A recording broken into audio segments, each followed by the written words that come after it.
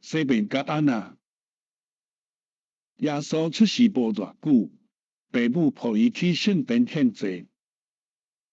圣殿的埕有摆真侪点，也有卖牛、油甲粉鸟，牛哞哞哞，油咩咩咩，粉鸟咕咕，都有生理人要叫声，真闹热。第二一个老人叫做西面，人为互上帝欢喜，不论什么都欢喜做。真感性的人，上帝真疼伊。有一日，上帝甲西面讲：你所等的救主得要来啦。果然有一日，耶稣的父母抱婴仔入殿要献祭，老母甲西面讲：请你替婴仔祈祷。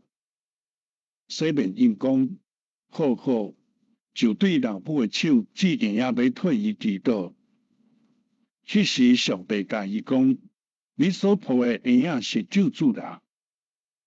西面欢喜讲：我要我的时，通见着救主，真感谢。有一个老阿婆仔，名安娜，我来看讲：哦，这个红娘仔，伊就是救主吗？了我通见着伊，上帝，我感谢你。安娜逐日也对等待见着救主，不时祈祷，上帝有听伊。安娜真欢喜，随时报人知，实在真感心。